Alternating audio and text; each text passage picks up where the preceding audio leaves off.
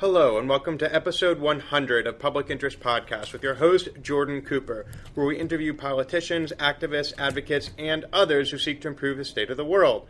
We are here today with Carla Reid, General Manager and CEO of the Washington Suburban Sanitary Commission, also known as WSSC. Carla, thanks for joining us today. How are you? Hi, Jordan. I'm great. Thank you for having me today. Excellent. The first thing I'd like to ask is, what are you currently doing, or what have you ever done to advance the public interest, and why? Well, I'm currently leading this great organization, the largest water and wastewater utility in the state of Maryland, and I take our mission so seriously. We are expected to provide clean and reliable water to our customers. And as you know, water is life's most precious resource. And so there's a lot of things that we can do without. Water is not one of them. We need them for our health. We need water for our health. We need it for recreation. We need it for fire protection. And we just need water. How did you become involved in water? There was a period of time when you previously worked for WSSC prior to working for Montgomery County. Now you've actually returned. What is it that really originally got you interested in improving the quality of water? I studied civil engineering at Howard University, and I actually had several different majors before I came to concentrating on water resources and environmental protection. I ended up focusing on the subject of environmental protection, and so I thought about all the different things I could do, all the fields that I could go into. And it was actually an administrative assistant in our student services office who actually put the bug in my ear that maybe you want to consider WSSC as a place to work. And I said, well, what's WSSC? I'm from Washington, D.C., so I was familiar with D.C. water, but I didn't know what WSSC was. Yeah. And she didn't know much more, but she knew there was a water and wastewater utility. And so from that, I explored the possibility of coming here. Actually came to WSSC as a result of an internal audit. There was an internal audit done that said that a civil engineer was needed to work in the meter shop to come up with processes and procedures for testing water meters. And so that's how I came to WSSC, as a real young, energetic civil engineer, and the rest is sort of history. So now you are the general manager of a water and sewer utility that serves almost 2 million people, correct? Yeah, yes. Tell me a little bit about the population that you serve and what services WSSC provides. Well, our population is an extremely diverse population. Montgomery County and Prince George's County are the largest counties in the state of Maryland. And people say statistically that we have the most educated population in the area. There are a lot of people who are from other countries who have migrated to these areas. And so they're our customers. And they have... what are their expectations? Their expectations are, number one, that we're going to provide clean and safe water. Sure. That we never have a water quality incident, which we haven't in almost 99 years of existence. And so I take great pride in being able to, first of all, provide that service. For our listeners who don't know, what would qualify as a water quality incident? A water quality incident would be that we didn't meet the standards that the regulators, EPA and the Maryland Department of the Environment, have established for... Let me just interrupt for a second. For our listeners, EPA stands for the Environmental Protection Agency, which is a federal agency that regulates environmental matters. So continue. Thank you. So every year we have to report on our water quality. We do about 500,000 tests of our water throughout the year to make sure that, different random samples are in compliance with the standards that the Environmental Protection Agency has established, and also the Maryland Department of Environment. So are your main goals it seems like there's a sterling record at WSSC. There is. There have been no incidents since its inception almost 100 years ago. you deliver clean, potable water that exceeds the standards set by the EPA, and you take away wastewater. So is a lot of the job of being a general manager just keeping the ship going and maintaining the same record, or is there other elements to the job too? Yeah, that's the main thing. You got to. If you can't get that right, then you're going to be out of business, or you're going to be in trouble, and it's not going to be a good look. Yeah. But besides that, our customers expect the highest level of customer service. Sure. They expect us to get their bills correct. They expect when they have an issue with the water main break or any sewer main backups that we're going to come and fix it in a timely manner and in a manner that leaves or restores the place that we're doing the work in a better condition than we found it in. So it sounds like you've had a lot of experience at WSSC, but clearly, how many employees does WSSC have? We have right now on board about 1,700 employees. Okay, so over 1,000 employees. Why you? What is it about you that made the commissioners want to appoint you to be the general manager of WSSC? You have lots of experience, but there's 1,700 people who have experience working at WSSC and over time. So what is it that made, and how were you appointed to in this process? How did you come to be general manager, and why were you selected?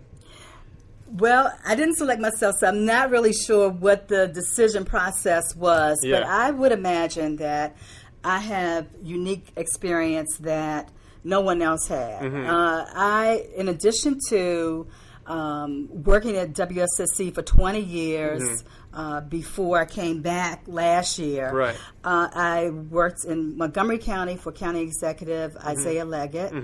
I worked in Prince George's County for County Executive Rashawn Baker. What did you do for both of them? Okay, so in Montgomery County, I was the Director of Permitting Services, so I was in Mr. Leggett's cabinet. Okay. In Prince George's County, I was the Deputy Chief Administrative Officer for Economic Development and Public Infrastructure. And why, for our listeners, would it be relevant that you had worked with both the county executives of Montgomery County, Maryland, and Prince George's County, Maryland? Well, our budgets are approved by both county councils, so I think it's really important to understand those communities that we serve. And the commissioners are appointed by those executives, Exactly, right? exactly. And you were hired by the commissioners. Yes. So it played well that you had experience in both counties, and in fact, WSSC serves both counties. That's true. And not only have I worked in both county governments, and I think you have to have a unique understanding of both county governments because I know for a period of time there was the feeling that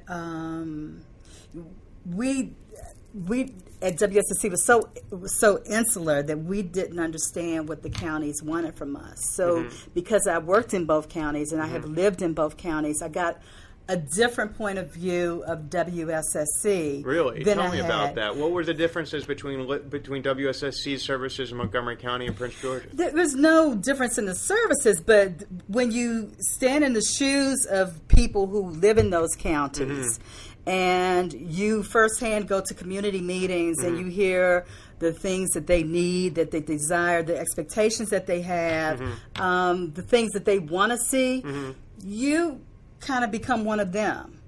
At least you hear it from their point of view. You're not at the WSSC, being a WSSC person. Now you're a county person. Are there different expectations in Prince George's from Montgomery County? They're not different expectations. All customers expect and deserve to have the highest quality of service. And they also, the county governments expect us to be intricately involved in economic development and making sure that development happens. Everybody wants the waters that are running through the state of Maryland and through both those counties to be protected, and we do that. So that's really, I think, why I was selected, because I have a unique perspective by actually working and living in both counties and hearing what people need and what they want and what they expect. So what are some of the things that you've heard people want and expect from the different counties? some of the things that they want is they want to make sure that when they call with a question that we respond quickly, that we give them an answer they can understand. Because sometimes we, in the technical field, sometimes you talk the language of the technical field and you think you're communicating with people, but you really may not be. I had a conversation with an elected official one time, and I talked about how I wanted to increase flushing in our system so that we would minimize our discolored water issues. And that elected official said, well, how many different ways are there to flush? I know of one way. I go to my bathroom and there's a handle, but so I was using a term. And for our listeners, what did you mean when you said flush? When I said flush, I meant going through our fire hydrants and making sure that the water is being passed through our pipes. And some pipes have a dead end, so making sure that it's circulating. Right. So it could have been standing water in the pipes. You open up a fire hydrant, and that allows the pipes to be flushed out because water is going to rush out where it was previously standing. Right. Excellent. So I do want to move a little bit pivoting on a topic of expectations. You were an employee for 20 years at WSSC. Yeah. And I'm sure you might have had thoughts about how things could have been done better, or how would you compare and contrast your experience as an employee at WSSC to being the general manager of WSSC? Did things look different on the other side? Were there certain things you were hoping a WSSC general manager could do when you were an employee, and then now being in his shoes, you have different perspective? Well, the perspective I have is that that I want to create a world-class organization. And so what does that really take? I know we're world-class in terms of delivering the product that we say, the clean water. Where I think we could do better is in delivery of customer service and building strong relationships with the people who are stakeholders in our organization. And to me, the first stakeholder are our employees. And so I want to make sure that our employees have all that they need, all the tools, all the training that they need to do the work that they have to do for our customers. And then when that relationship is really strong, or they feel really comfortable and proud to be a WSSC employee, then that confidence and enthusiasm to serve will just exude naturally. So you've been general manager for almost a year, right? For a year. On January the 4th was my full year anniversary. Congratulations. So I'd like to ask, what really would you say has been, I mean, it's only been a year, but what has been differentiating your tenure as general manager compared to previous general managers' tenures here? I think just the focus on the employees and having the employees understand that the road to becoming world-class requires them to be intimately involved. And so I expect leadership on every level. So so you've mentioned interacting with elected officials and how elected officials in both county councils approve the rates that ratepayers will pay for WSSC because it is a regulated utility. Can you talk for a little bit about, I guess, challenges you've had or ways that you've used your relationships with either legislators in the Maryland General Assembly or county council members to ensure that ratepayers get better quality water? For instance, I know that there are challenges with the infrastructure, right? So there are pipes that are deteriorating that need to be replaced, and you are a net zero revenue budget neutral entity. Have you ever thought about requesting capital improvement budget funds from the General Assembly or from county councils in order to help expand the sewer and the pipe system? How do you use your relationships to help advance the mission of your current position? Well, I think we have to prove that we want a relationship, and that starts with communicating and listening very intently to what I'll say our stakeholders. You mentioned elected officials, but all stakeholders, anybody who depends on us for service is a stakeholder. So, but paying attention and talking. And so a lot of what I did the first year was really listening and trying to get to know all different facets of the people we serve. Right. So I think that we will exhaust any means that we have available to get money, to save money, to make sure, that we look at all of our processes. One of the things that I put in place this year was something called WSSC stat. I know you've heard of the famous Baltimore City stat. Yeah. Both counties have county stats. So we instituted a WSSC stat that would use data to help us drive decisions and to help us to see how we can make improvements in our processes. So I think that part of it, it's a great balance between making sure you're doing everything to control costs internally, and I think controlling costs is guided by good processes. Sure. And so we're through the WSSC stat, we're looking at a lot of different issues. For example, paving was an issue that I heard a lot about. Paving? Yes. After we get finished doing work in a community, restoring the pavement the way it was, the street the way it was when we got there, or even better.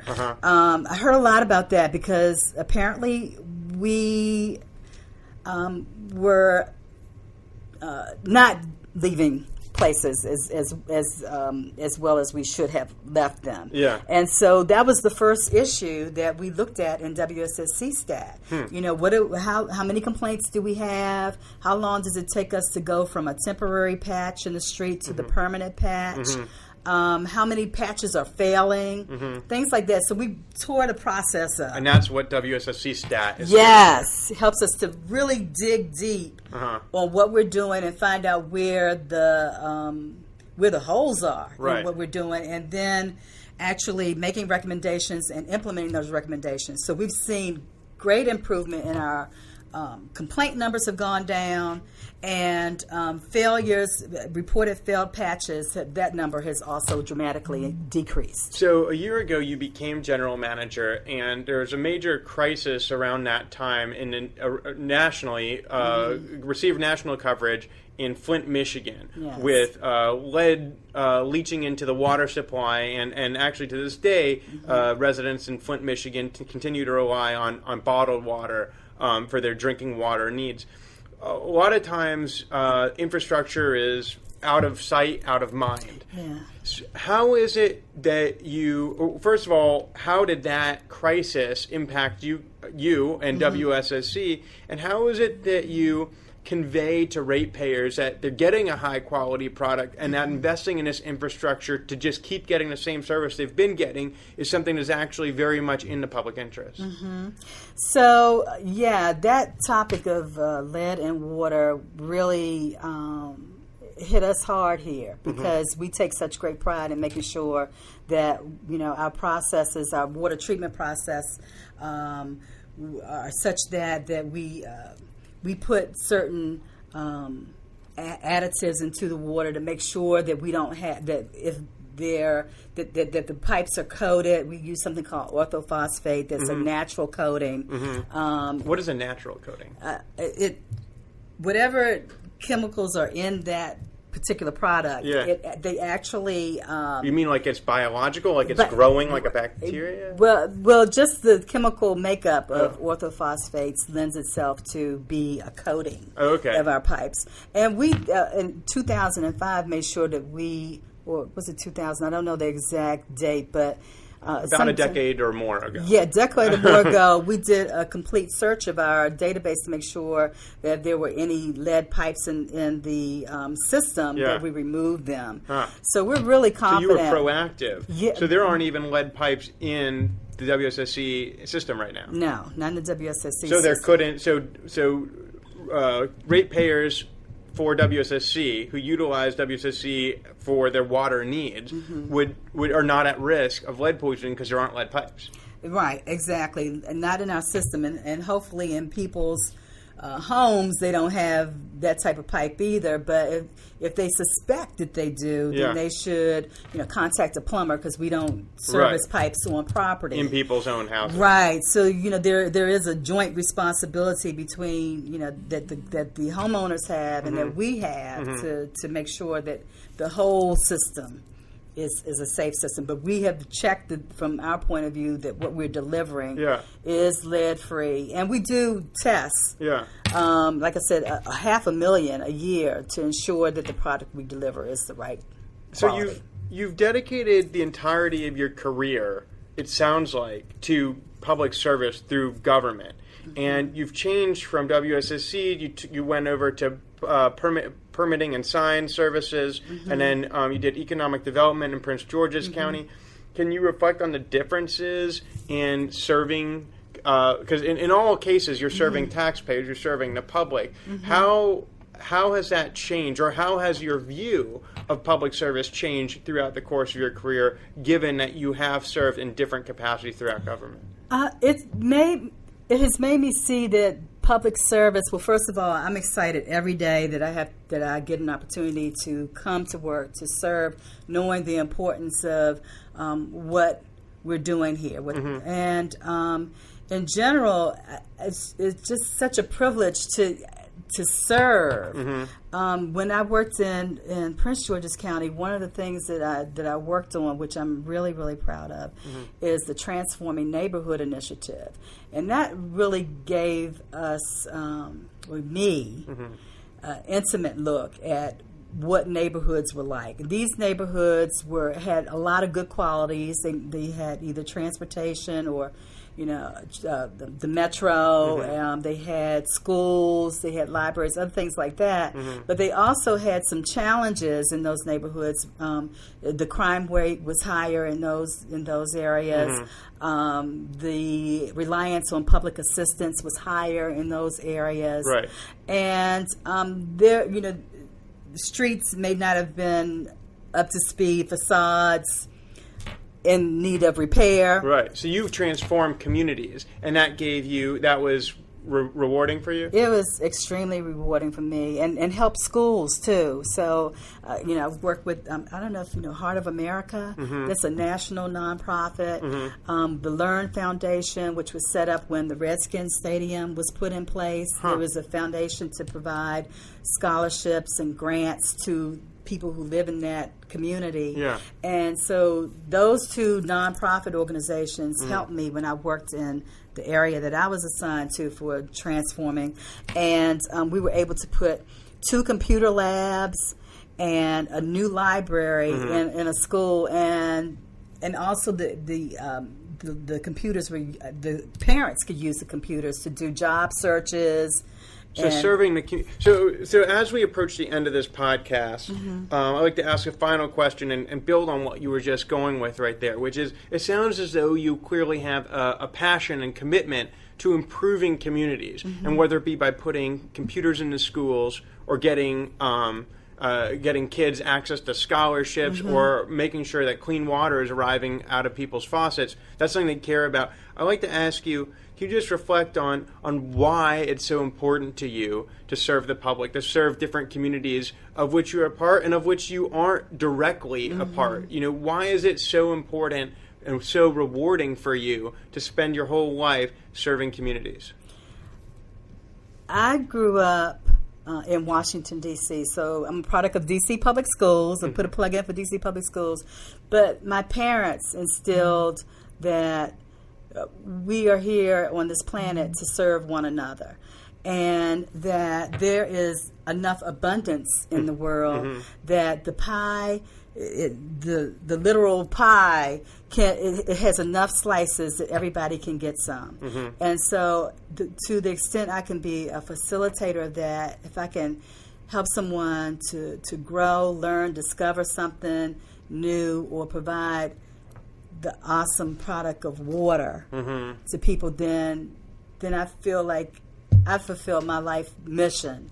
And so it's important to me because it's a great need. It's important to me because it can be done. And if we can improve our society by what we contribute on a day-to-day basis, just doing what we can do, then I think that I've served well, and that's what I aim to do. So that has been Carla Reid, CEO and General Manager of WSSC, who speaks about the importance of public service through her priorities in customer service and in really building relationships.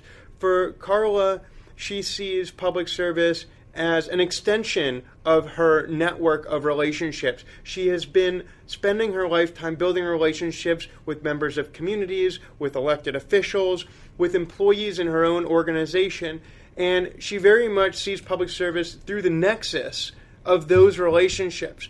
She is serving people in her community. They're not some distant abstract thought. She goes out there and she asks and she finds, all right, this is pavement. This is a problem with repaving the roads here. Here we have lead abatement issues.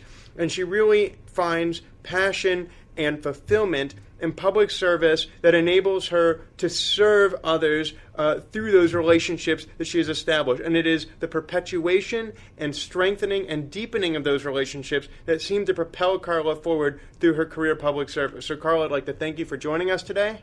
Thank you, Jordan. I really appreciate the opportunity. And this has been episode 100 of Public Interest Podcast with your host, Jordan Cooper, where we interview politicians, activists, advocates, and others who seek to improve the state of the world. We thank you for joining us, and we'll talk to you next time.